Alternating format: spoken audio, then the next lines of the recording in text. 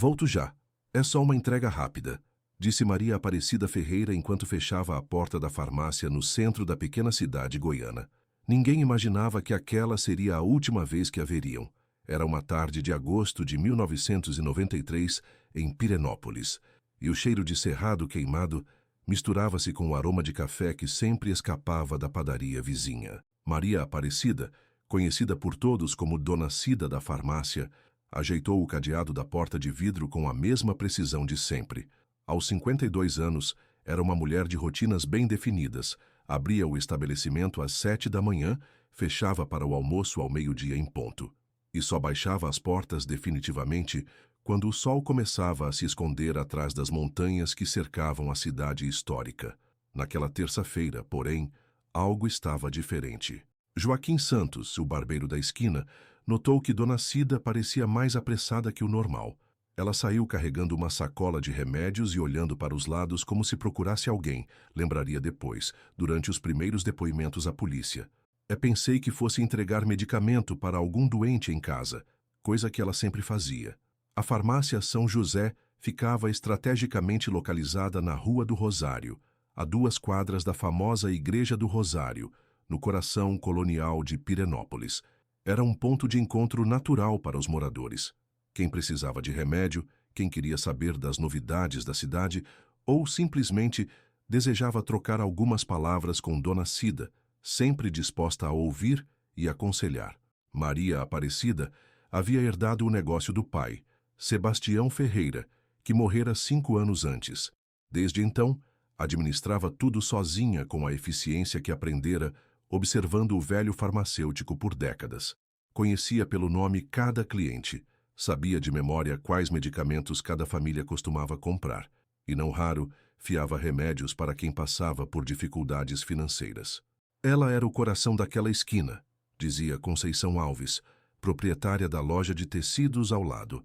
Todo mundo confiava na Dona Cida. Se ela disse que ia fazer uma entrega e voltaria logo, é porque era verdade. Mas quando o relógio da torre da igreja bateu 6 horas da tarde, a farmácia continuava fechada. E quando chegaram 7 horas, e depois 8, os vizinhos começaram a se perguntar onde estaria Maria Aparecida. Ela nunca deixava clientes na mão, nunca fechava sem avisar. Joaquim foi o primeiro a se preocupar de verdade. Atravessou a rua e bateu na porta de vidro da farmácia, encostando o rosto na vitrine para tentar enxergar algum movimento lá dentro. As prateleiras organizadas, o balcão impecável, tudo no lugar, mas nenhum sinal de Dona Cida. Quando a noite caiu completamente sobre as pedras coloniais de Pirenópolis e Maria Aparecida Ferreira ainda não havia retornado, Joaquim procurou o telefone mais próximo e ligou para a polícia. Tinha certeza de que alguma coisa estava muito errada. O que ninguém sabia é que a entrega rápida de Dona Cida se tornaria um dos maiores mistérios da história da pequena cidade goiana. O sargento Valdemar Pereira chegou à farmácia São José quando os primeiros lampiões da rua começavam a se acender. Era um homem experiente, que conhecia Pirenópolis palmo a palmo, mas em seus 15 anos de polícia, nunca havia enfrentado um caso de desaparecimento em uma cidade onde todos se conheciam desde a infância. Primeira coisa que pensei foi em acidente, relembra o ex-sargento, hoje aposentado e morador de Goiânia. Dona Cida podia ter caído em algum lugar, se machucado, ficado inconsciente. Mas onde? A cidade era pequena, qualquer grito de socorro seria ouvido. As primeiras 48 horas foram de busca intensa. Voluntários se organizaram em grupos. Um seguiu pela estrada que leva a Corumbá de Goiás. Outro vasculhou as trilhas em direção à Chapada dos Veadeiros. Um terceiro percorreu fazenda por fazenda nos arredores da cidade. O carro de Maria Aparecida, um Volkswagen Fusca Azul 1989, foi encontrado ainda estacionado atrás da farmácia, com as chaves dentro da bolsa dela, que estava no banco do passageiro. Isso foi o que mais me intrigou, conta Valdemar, se ela saiu para fazer entrega. Por que deixou o carro? E se alguém a levou à força, por que não pegaram a bolsa também? Dentro da bolsa, tudo estava normal. Carteira com documentos e algum dinheiro, batom, lenços de papel e um pequeno caderno onde Maria Aparecida anotava os pedidos especiais de medicamentos. A última anotação era de 2 semanas antes. Insulina, seu Antônio da Fazenda Boa Vista, entregar cesta. Durante os interrogatórios, emergiu um retrato detalhado dos últimos dias de Dona Cida. Ela parecia normal, sem demonstrar preocupação ou medo. Na segunda-feira, véspera do desaparecimento, havia jantado com a vizinha Conceição e comentado sobre os preparativos para a festa do Divino, que aconteceria no mês seguinte. Ela estava animada com a festa, lembra Conceição, com os olhos ainda úmidos quando fala sobre a amiga. Disse que ia encomendar alguns remédios especiais de Brasília, porque sempre apareciam turistas, precisando de alguma coisa durante as festividades. Mas havia algo que intrigava os investigadores. 3 pessoas diferentes relataram ter visto Maria Aparecida conversando com um homem desconhecido na manhã anterior ao desaparecimento. As descrições variavam. Alguns diziam que ele usava chapéu, outros que era careca. Uns afirmavam que dirigia uma caminhonete, outros que estava a pé. A única certeza era que ninguém o havia visto antes em Pirenópolis. Cidade pequena é assim, filosofa o ex-sargento Valdemar. Todo rosto estranho chama a atenção, mas ninguém conseguiu dar uma descrição clara do sujeito. Era como se cada pessoa tivesse visto um homem diferente. As semanas se transformaram em meses. A delegacia de Pirenópolis recebia ligações quase diárias. Alguém julgava ter avistado Maria Aparecida em Anápolis. Outro tinha certeza de tê-la visto em uma rodoviária de Goiânia. Uma terceira pessoa relatava uma mulher parecida com ela pedindo ajuda em uma fazenda distante. Todas as pistas foram investigadas. Todas se revelaram falsas. A farmácia permaneceu fechada por 2 meses, até que um sobrinho de Maria Aparecida, vindo de São Paulo, assumiu temporariamente os negócios. Mas não era a mesma coisa. Os moradores sentiam falta do sorriso caloroso, dos conselhos não solicitados, da sensação de segurança que Dona Cida transmitia. A cidade ficou diferente depois que ela sumiu, conta Joaquim, o barbeiro. Era como se um pedaço da nossa alma tivesse desaparecido junto. O caso foi oficialmente arquivado em 1995, 2 anos depois do desaparecimento. Não havia provas de crime, não havia corpo, não havia suspeitos concretos. Maria Aparecida Ferreira havia simplesmente se desvanecido no ar rarefeito do Cerrado goiano. Mas em Pirenópolis, nas rodas de conversa das tardes quentes, nas mesas dos bares, nas filas da igreja, o nome de Dona Cida continuava sendo sussurrado. Teorias iam e vinham. Sequestro que deu errado, crime passional, fuga voluntária para começar nova vida, vingança de algum traficante contrariado. A verdade, porém, estava literalmente sob os pés de todos que caminhavam pela praça central da cidade. 22 anos depois, o perfurador à hidráulica quebrou o silêncio matinal de Pirenópolis com seu barulho ensurdecedor. Era março de 2015 e a prefeitura havia iniciado uma ambiciosa reforma na Praça do Coreto, o coração pulsante da cidade histórica. Edmilson Silva, encarregado da obra, supervisionava a troca do sistema de esgoto quando a máquina encontrou uma resistência inesperada a 2 metros de profundidade. Primeiro pensei que fosse uma pedra grande ou canos antigos, conta o operário, hoje com 58 anos. Mas quando limpamos a terra, vimos que era diferente. A descoberta aconteceu numa sexta-feira de sol forte, típica do final do verão goiano. Edmilson interrompeu imediatamente os trabalhos e chamou o engenheiro responsável, que, por sua vez, acionou a prefeitura. Em poucas horas, uma pequena multidão se formou ao redor do buraco no meio da praça. Era estranho, lembra a Dona Conceição, que na época já estava com 71 anos, mas mantinha a mesma curiosidade de sempre. Todo mundo ficou quieto quando viram os ossos, como se a cidade inteira tivesse prendido a respiração. Os primeiros ossos que emergiram da terra vermelha do cerrado eram visivelmente humanos. Junto deles, pedaços de tecido deteriorado pelo tempo e 2 objetos que fizeram o coração de Pirenópolis bater mais forte. Uma aliança de ouro com as iniciais M.A.F. gravadas na parte interna e uma chave antiga com a etiqueta desbotada da Farmácia São José. Joaquim Santos, agora com cabelos completamente brancos, foi um dos primeiros a reconhecer a chave. Suas mãos tremeram quando a segurou contra a luz do sol. Era a chave que eu via todo dia nas mãos da Dona Cida, disse, com a voz embargada. a mesma que ela usava para abrir a farmácia todas as manhãs. O perito criminal que chegou de Goiânia no dia seguinte era um homem metódico chamado Rogério Campos. Aos 45 anos, já havia trabalhado em centenas de casos, mas admite que a descoberta em Pirenópolis foi uma das mais impactantes de sua carreira.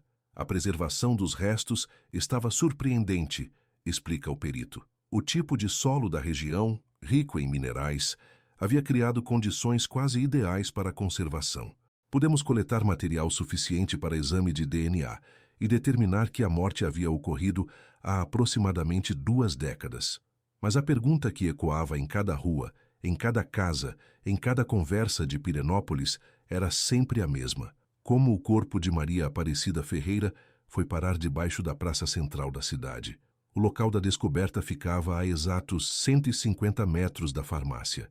Era um ponto pelo qual centenas de pessoas passavam diariamente: turistas fotografando a igreja colonial, crianças brincando nos fins de semana, jovens namorando nos bancos de madeira, idosos jogando dominó nas tardes quentes. Durante 22 anos, nós pisamos sobre ela sem saber, reflete Conceição, ainda visivelmente abalada. Quantas vezes sentei naquele banco da praça lembrando da minha amiga, sem imaginar que ela estava ali embaixo, esperando para ser encontrada. A análise do local revelou que o corpo havia sido enterrado com certo cuidado. Não foi apenas jogado em um buraco, mas depositado em uma cova de aproximadamente 1,5 metro de profundidade, coberto com cal virgem para acelerar a decomposição e depois aterrado com terra compactada. Quem fez isso conhecia técnicas de ocultação de cadáver, avalia o perito Rogério, e conhecia bem a cidade. Sabia que aquele local não seria escavado por muito tempo. O exame de DNA confirmou definitivamente que os restos pertenciam a Maria Aparecida Ferreira. A comparação foi feita com material genético, fornecido pelo sobrinho que havia assumido a farmácia anos antes. Mas junto com o alívio de finalmente saber o destino de Dona Cida, veio uma perturbação ainda maior. Quem havia feito aquilo? E por quê? Como alguém conseguiu carregar um corpo até o centro da cidade e enterrá-lo sem ser visto? A reforma da praça foi suspensa indefinidamente. O buraco permaneceu isolado por semanas, enquanto a Polícia Civil reabria oficialmente o caso de Maria Aparecida Ferreira. Desta vez, porém, não era mais um desaparecimento. Era um homicídio. A reabertura do caso trouxe à tona lembranças que haviam sido guardadas durante mais de 2 décadas. O delegado Marcelo Andrade, designado para conduzir a nova investigação, descobriu que os arquivos antigos continham várias pistas que não haviam sido adequadamente exploradas na época. Em 1993, os recursos eram limitados, explica o delegado. Não tínhamos DNA, não tínhamos câmeras de segurança, não tínhamos nem computadores na delegacia. Muito do trabalho investigativo dependia da intuição e do testemunho das pessoas. Uma das primeiras ações foi reconvocar todas as testemunhas ainda vivas. Joaquim Santos, agora com 78 anos, foi novamente ouvido. Desta vez, porém, sua memória revelou um detalhe que havia esquecido, ou talvez suprimido, durante todos aqueles anos. Eu lembrei de uma coisa estranha, confessou o velho barbeiro durante o depoimento. Já na madrugada seguinte ao desaparecimento da Dona Cida, por volta das 3 da manhã, acordei com barulho de máquina. Parecia trator ou retroescavadeira. Olhei pela janela, mas não vi nada. Pensei que fosse obra da prefeitura. O detalhe era crucial. Se alguém havia usado uma máquina para cavar a cova na praça, isso explicaria como conseguiu fazer um buraco tão profundo em solo tão duro, sem ser descoberto durante o dia. Marcelo Andrade começou a investigar quem tinha acesso a equipamentos de escavação em Pirenópolis no ano de 1993. A lista era pequena: a própria prefeitura, 2 construtoras locais e 3 fazendeiros da região que possuíam tratores com retroescavadeira. Foi aí que as coisas começaram a se encaixar, conta o delegado. Entre os fazendeiros estava Osvaldo Mendes, proprietário da fazenda Boa Vista, a mesma que Maria Aparecida havia anotado em seu caderninho para entregar insulina a seu Antônio. Osvaldo era um homem respeitado na comunidade, presidente do sindicato rural, casado há 30 anos com 3 filhos. Mas uma conversa com sua ex-funcionária, Dalva Rodrigues, revelou um aspecto sombrio de sua personalidade. Ele tinha um temperamento muito difícil, lembra Dalva, que trabalhou como doméstica na fazenda entre 1990 e 1994. Batia na mulher, gritava com os funcionários e tinha um problema sério com bebida. A dona Marlene vivia com hematomas, mas nunca admitia que era ele quem batia. Dalva revelou ainda que Osvaldo mantinha um relacionamento extraconjugal com uma farmacêutica da cidade. Ele sempre dizia que ia comprar remédio, mas demorava horas para voltar.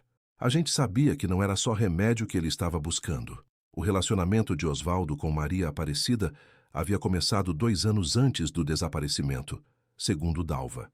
Era discreto, mas não tanto que passasse despercebido pelos funcionários da fazenda e pelos vizinhos mais atentos da farmácia. Ela não era mulher de aventura, garante Conceição, defendendo a memória da amiga. Mas a Cida era sozinha há muitos anos, e o Osvaldo sabia ser charmoso quando queria. Eu até avisei ela para ter cuidado, porque homem casado só traz problema. A investigação revelou que, nos meses anteriores ao desaparecimento, Maria Aparecida havia pressionado Osvaldo para definir a situação. Ela queria que ele se separasse da esposa ou terminasse o relacionamento. As discussões haviam se tornado frequentes e acaloradas. Tem uma coisa que sempre me intrigou, confessa Dalva. No dia seguinte ao sumiço da dona Cida, o patrão apareceu em casa com a roupa toda suja de terra vermelha. Disse que tinha passado a noite consertando cerca, mas eu achei estranho, porque era serviço que ele sempre deixava para os peões. Mais intrigante ainda, nos dias seguintes ao desaparecimento, Osvaldo havia sido um dos mais ativos voluntários nas buscas por Maria Aparecida. Participou de todas as batidas, ofereceu sua propriedade para ser vistoriada e até doou combustível para os carros da polícia. É um comportamento típico, explica o delegado Marcelo. O criminoso se envolve na investigação para acompanhar de perto o desenrolar do caso e poder influenciar os rumos da busca. Mas havia um problema. Osvaldo Mendes havia morrido em 2008, vítima de cirrose hepática. Não seria possível interrogá-lo ou confrontá-lo com as novas evidências. A solução veio de uma fonte inesperada. Antônio Mendes, filho mais novo de Osvaldo, que em 2015 tinha 35 anos e vivia atormentado por lembranças da infância.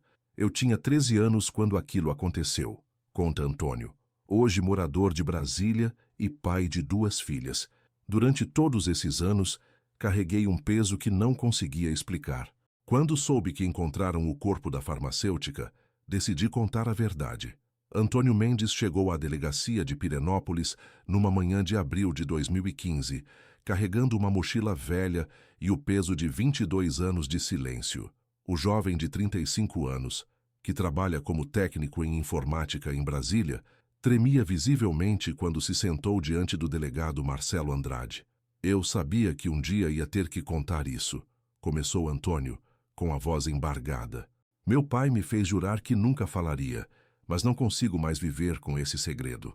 A confissão de Antônio reconstituiu, pedaço por pedaço, a noite mais sombria na história de Pirenópolis. Em agosto de 1993, Osvaldo Mendes estava passando por uma crise pessoal profunda. Além dos problemas com o alcoolismo, enfrentava dificuldades financeiras na fazenda e uma situação conjugal insustentável. Maria Aparecida havia se tornado não apenas sua amante, mas sua confidente e conselheira. Ela o ajudava com remédios para a depressão, dava conselhos sobre como parar de beber, relata Antônio. Meu pai confiava nela mais do que na própria família. Mas no final de julho de 1993, Maria Aparecida deu um ultimato. Ou Osvaldo se separava da esposa em 2 meses, ou ela terminaria o relacionamento definitivamente. Ela disse que não era mais menina para ficar brincando de amor escondido. Foram as palavras que Osvaldo repetiu para o filho durante uma de suas crises etílicas. Na terça-feira, 17 de agosto de 1993, data que Antônio jamais esqueceria, seu pai havia bebido mais do que o normal. Chegou em casa no final da tarde completamente transtornado, gritando que aquela mulher ia destruir tudo e que não ia deixar ela contar para a Marlene. Ele estava fora de si, lembra Antônio. Pegou a caminhonete e saiu dizendo que ia resolver a situação de uma vez por todas. Osvaldo chegou à farmácia pouco antes de Maria Aparecida fechar. Convenceu-a a sair com ele, sob o pretexto de que precisavam conversar sobre o futuro deles. Maria Aparecida trancou a loja e entrou na caminhonete, levando apenas uma sacola com alguns medicamentos que pretendia entregar no dia seguinte. Eles foram para um lugar isolado, perto do Rio das Almas, conta Antônio. Meu pai contou que tentou convencê-la a esperar mais um tempo, que as coisas eram complicadas, mas ela estava decidida. Disse que ia procurar minha mãe e contar tudo, se ele não tomasse uma decisão. A discussão escalou rapidamente. Maria Aparecida ameaçou sair da caminhonete e voltar a pé para a cidade. Foi então que aconteceu o impensável. Meu pai disse que ela tentou descer do carro e ele segurou o braço dela com muita força. Ela se desequilibrou, bateu a cabeça na quina do paralama e caiu no chão, relata Antônio, com lágrimas nos olhos. Ele jura que não teve intenção de machucar ela, mas quando se abaixou para ajudar, percebeu que ela não respirava mais. O que aconteceu nas horas seguintes foi planejado pela mente perturbada de um homem desesperado. Osvaldo colocou o corpo de Maria Aparecida na caçamba da caminhonete, cobriu com uma lona e voltou para a fazenda. Esperou até a madrugada, quando tinha certeza de que a cidade estava dormindo. Ele pegou a retroescavadeira da fazenda e foi até a praça, continua Antônio. Escolheu aquele local porque sabia que ninguém desconfiaria. Era o último lugar onde alguém procuraria. E também porque ele queria que ela ficasse no coração da cidade que ela amava tanto. O enterro foi feito com uma precisão macabra. Osvaldo cavou a cova em menos de uma hora, depositou o corpo com cuidado, cobriu com cal virgem que tinha na fazenda e aterrou tudo, se compactando bem a terra. Antes do amanhecer, voltou com a retroescavadeira e passou mais algumas horas fingindo fazer reparos em outras partes da praça, para que as marcas de terra remexida não chamassem atenção. Durante os dias seguintes, ele participou de todas as buscas, lembra Antônio. Chegava em casa e chorava, dizendo que estava arrependido, mas que não podia mais voltar atrás. Osvaldo Mendes carregou o segredo por 15 anos, até morrer em 2008. Mas antes de partir, contou tudo para o filho mais novo, fazendo-o jurar que nunca revelaria a verdade. Ele disse que minha mãe não merecia passar por essa humilhação e que contar a verdade não ia trazer a dona Cida de volta, explica Antônio. Mas ele também disse que, se um dia o corpo fosse encontrado, eu deveria fazer a coisa certa. Na mochila que Antônio levou para a delegacia estavam 2 cartas escritas pelo próprio Osvaldo Mendes, uma confissão detalhada dos acontecimentos e uma carta de desculpas endereçada aos amigos e familiares de Maria Aparecida. Sei que não há perdão para o que fiz, dizia um trecho da confissão. Maria Aparecida era uma mulher boa, que não merecia morrer por causa da minha covardia. Que Deus me perdoe, porque eu nunca consegui me perdoar. O caso de Maria Aparecida Ferreira foi oficialmente encerrado em junho de 2015. Embora Osvaldo Mendes não pudesse mais ser responsabilizado criminalmente, a verdade finalmente havia vindo à luz. A farmácia São José foi transformada em uma pequena biblioteca municipal. Na praça onde o corpo foi encontrado, a prefeitura instalou uma placa discreta em homenagem a Maria Aparecida Ferreira, farmacêutica, amiga e filha querida de Pirenópolis. Antônio Mendes voltou a viver em paz, livre do peso que carregara durante mais de 2 décadas. Conceição Alves, hoje com 81 anos, ainda visita a praça todas as tardes e diz que às vezes sente a presença da amiga no vento que balança as árvores. A Cida finalmente pode descansar, reflete a idosa, sentada no mesmo banco onde costumava encontrar a farmacêutica. E nós finalmente podemos chorar por ela de verdade, sabendo que ela estava aqui o tempo todo, bem pertinho de nós. O mistério que assombrou Pirenópolis por 22 anos estava resolvido. Mas a lembrança de Maria Aparecida Ferreira permanece viva na memória de uma cidade que aprendeu que, às vezes, os segredos mais sombrios estão enterrados bem debaixo dos nossos pés.